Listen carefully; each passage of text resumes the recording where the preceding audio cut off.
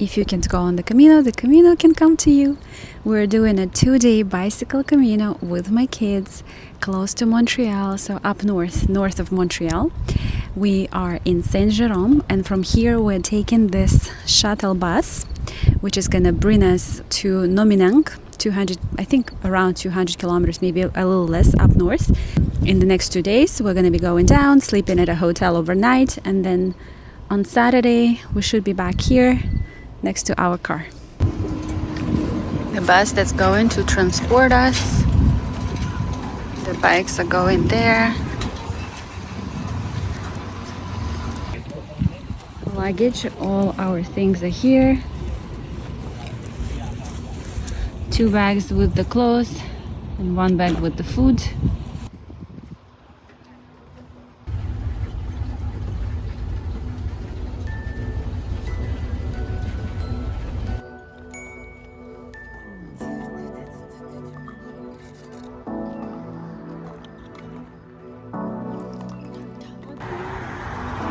Okay, here we're starting the trip.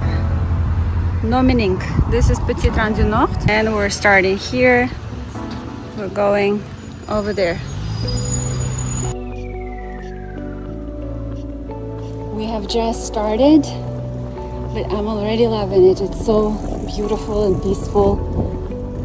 It's very nice. We have 145 kilometers to do in 2 days. Today we're doing approximately 60, I think.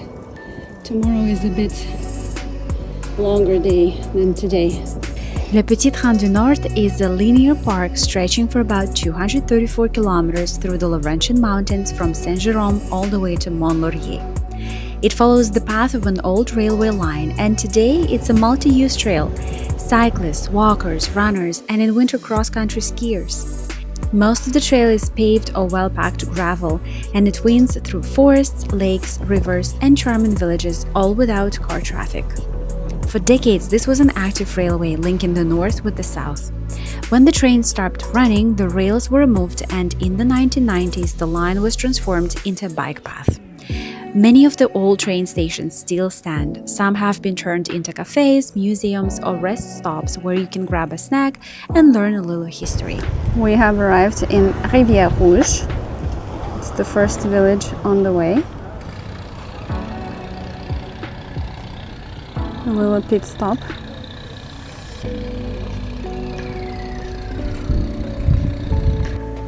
This is Rivière-Rouge. And it really looks red. Red River. A little detour. There is a construction, so we have to go up. Bogdan is helping me. I love how as soon as we started, my kids were like, wow, it's so peaceful, it's so nice. And sometimes my youngest stops us on the way and he says, stop, stop, stop. Don't make any noise. Listen how quiet it is. Well, now we are riding right next to the highway, so it's not quiet at all. But sometimes it's like a bit deeper in the woods or a bit further from the highway. And so it's really, you can hear the quiet. So yeah, I really love how, the kids switch from the city mode into nature super fast, and how they really appreciate it, and they're able to appreciate nature. What can you hear? Nature and a beautiful lake. So peaceful, yeah? You said?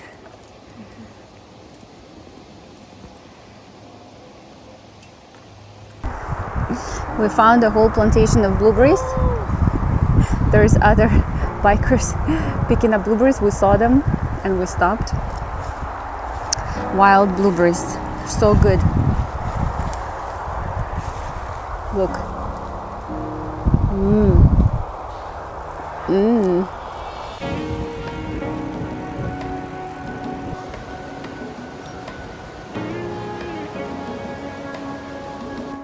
We started at 1:45, so we have 115 kilometers left to the car. For today we probably have another 30 left. We're in La Belle. Very nice. They're all very cute, these little villages. It's like train stations. The name Le Petit Train du Nord, literally the little train of the north, honors that heritage. What makes Le Petit Train du Nord so unique is the combination of history and nature. Along the trail, you'll see restored train stations, some turned into cafés or museums, alongside endless forests, rivers, and lakes. It's more than a bike ride, it's a journey through the heart of Quebec's countryside with plenty of places to rest or refuel and discover along the way.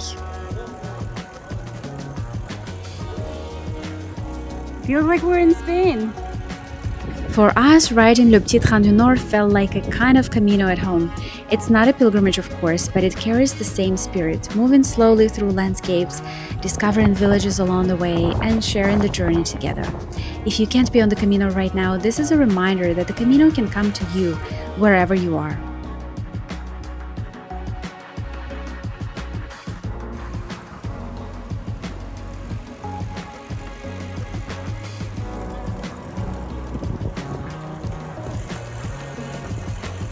.90-kilometer mark, which means we've done 55 kilometers. Okay, we're probably at like 84 kilometers left, and we're doing a little detour to go to our hotel. So we're getting off the road, and here we're gonna restart tomorrow. We have finally made it. Are you guys tired? Finito. We are finished. But we're here. It was a nice day. Okay.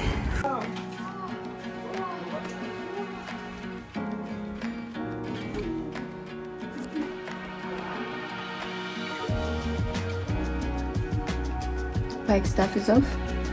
A little lipstick, hair up, and we're ready to go explore.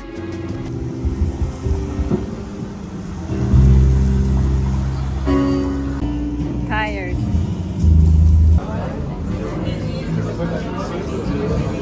We deserve this dinner. It's our second day of our bike trip, and yesterday we were super tired. Today we were supposed to finish the trip and get to the car, but since we were extremely tired yesterday, I decided to cut the day in two. We are taking a free shuttle to go to Mont-Tremblant ski village, and then we continue our bike trip. One of the highlights of the route is Mont-Tremblant. This alpine-style village is famous for its ski resort in winter, but in summer it transforms into a lively hub with shops, restaurants, and outdoor activities. Even if you don't stay overnight, it's worth a visit. You can wander through cobblestone streets, take the gondola up the mountain for stunning views, or simply enjoy a coffee with European vibe. Many cyclists plan at least one night here to soak in the atmosphere.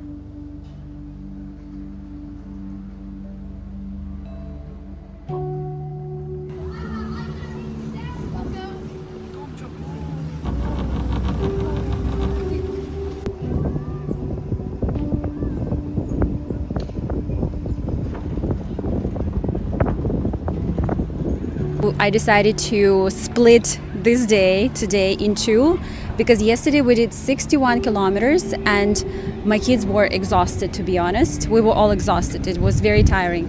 So today we were supposed to do 80.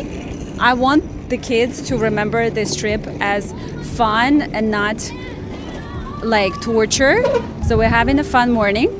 We had a nice breakfast. Now they're about to do luge. And then we're gonna go back to our hotel and continue on our bike tour. 2 p.m. and we're starting our day 2 after some fun in Mont-Tremblant. Second day of biking. The trail is known for its gentle grade. The incline is never more than about 4%. That makes it perfect for families with kids. Along the way, you'll find rest areas, small shops, cafes, ice cream stands, even repair stations for bikes.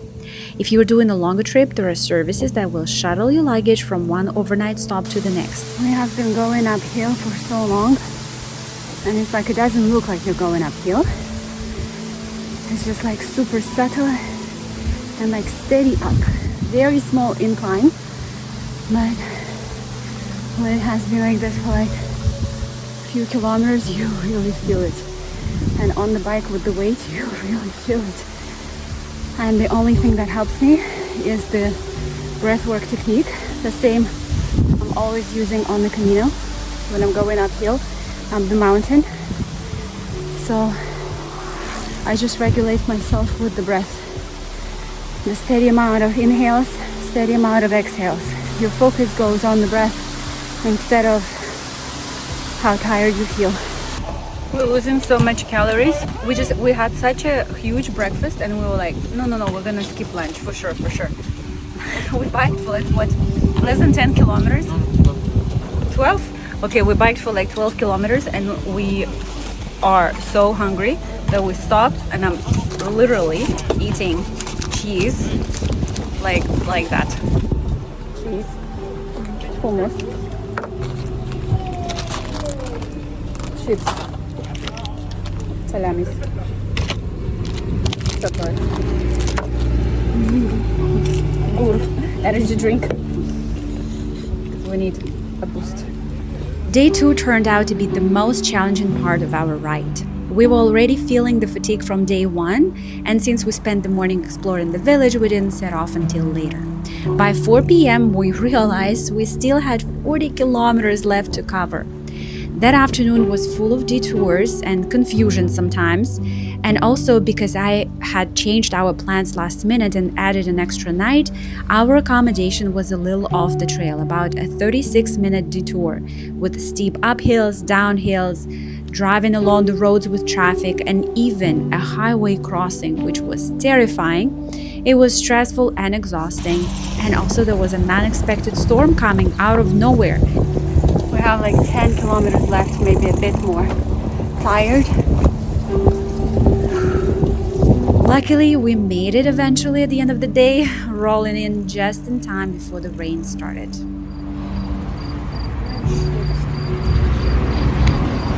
Never would. Oh.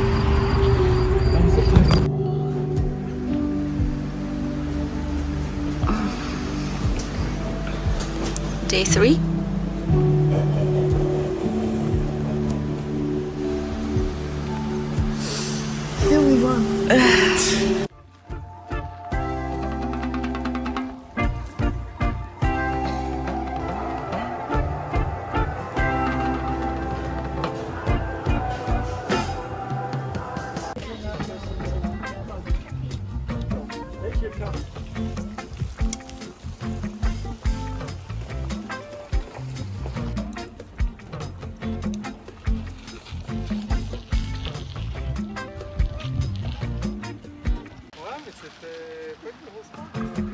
Okay, we're starting the day, the 25-kilometer mark. So day 3 and the last day of our bicycle trip. We have 25 kilometers left to go. Yesterday was very adventurous and tiring, but overall it's been very fun. A lot of notes taken for next time. Even though Le Petit Train du Nord isn't a pilgrimage, it carried the same feeling for us. The kids kept saying how much it reminded them of the Camino, the landscapes, the quiet stretches of trail, even the little inns where you can stop for the night or share a meal. There is a familiar rhythm, moving forward at a human pace, meeting fellow travelers, and feeling part of something simple yet meaningful. For us, it became a kind of mini Camino close to home. It gave us space to step out of daily life, to remember and to reconnect with the spirit of the journey that we love so much.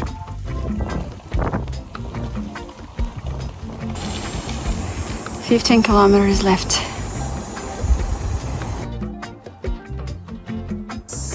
Where did we start? Nominingue. And now? Piedmont. Almost in Prévost.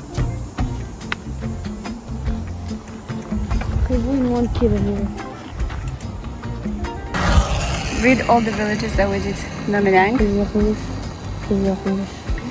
La belle, La belle. la Conception, Mont-Tremblant, Mont-Tremblant, Mont-Blanc. Yvré sur le lac, Sainte-Agathe-de-Mont, Val-David, Valmorin, Sainte-Adèle, Sainte-Adèle, Piedmont, and approaching Prévost. And then Saint-Jérôme, kilometer 0. Let's go, 15 kilometers left. The best part of the trip is that we can eat as much as we can and we're still losing more calories.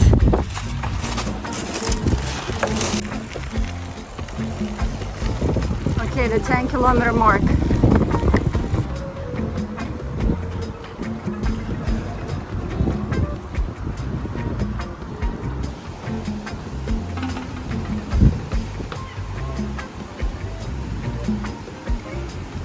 At the southern end of the trail is Saint-Jérôme, the official kilometer 0. This town is often the end point for riders and has a lively cultural scene with restaurants, markets, and access to public transport back to Montreal. So this is why it's called the Petit Trente du Nord, because this is the old train track, the old train station.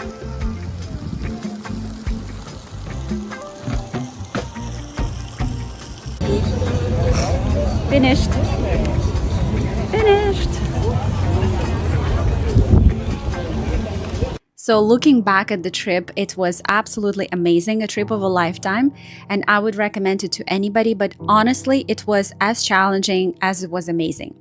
Since I planned it super last minute, and in Canada, that's really not a good idea. So because of that, our accommodations ended up being off the trail since nothing was available directly on it. And those little detours to get to the hotels, they were killers. Because we're in the mountain area, so the second you leave the bike path, you're going straight up and down. And on day 2, getting to the hotel felt like a real quest. We actually had to walk our bikes because the incline was so steep and we were so tired, and I had the luggage at the back of my bike, so I couldn't pedal up. And we were walking right next to the traffic, and it was already getting dark, and then we even had to cross the highway. And on day 1, I had even mixed up the villages completely. I thought I had booked directly at Tremblant village, that super cute village that we visited in the morning of day 2, and I thought we were spending the night there. Turns out it was a completely different village, not far by car, but by bike, not really doable. So I'm usually so good at logistics and planning, but this is the first time that this happened to me. Now I understand why. I'm gonna spare you of the details, but back then I was just like, how did that happen? So part of the trip I spent blaming myself for mixing up the hotels. I'm like, how? Then putting my kids in like this dangerous situations, I would say. Okay, the kids are big enough, like old enough. It was fine. Maybe I'm like dramatizing? Maybe I'm exaggerating and making it too dramatic, but like being in that situation, like I'm a mère poule, right? Like I'm a mama bear. That felt a bit dangerous to bike right next to the traffic, so I was worried about them. It really felt like I dragged my kids through a Boy Scout camp in those 3 days, learning that resilience and dealing with stressful situations and dealing with things that don't go as planned, and learning to support me and each other and themselves and find strength inside. And looking back, I was so amazed by my kids, how resilient they were, how they dealt with all this, how they were holding up, how composed they were in those stressful situations, you know. And when I would start already like panicking and losing it and just like tired of being strong all the time, like they were acting like real men. I was so proud of them. They knew how to support me. They knew how to support each other. They would give me the last sip of water. Like I was really looking at them and I'm like, wow, I raised amazing kids. And I talked with them, and they said, Mom, with you, it's never just like a relaxing trip. It's always an adventure. I'm like, is it a good thing or a bad thing? And they're like, it's a good thing. It makes us step out of the comfort zone. Yeah, it can be adventurous, but at the same time, it teaches us life. So they actually have a very positive outlook on it. And it wouldn't be me if I didn't try to see a lesson in all of this. I always look for the moral of the story. And here it's simple. Things won't always go as planned, especially if you plan last minute like I did. But if you stay flexible, if you keep moving forward, you can still have an amazing experience. And more than that, you get to see what you're really made of. And in my case, I got to see what my kids are made of when it comes to these stressful and difficult situations. So yeah, for us, that was another trip of a lifetime. Thank you for watching. I'll see you in the next videos.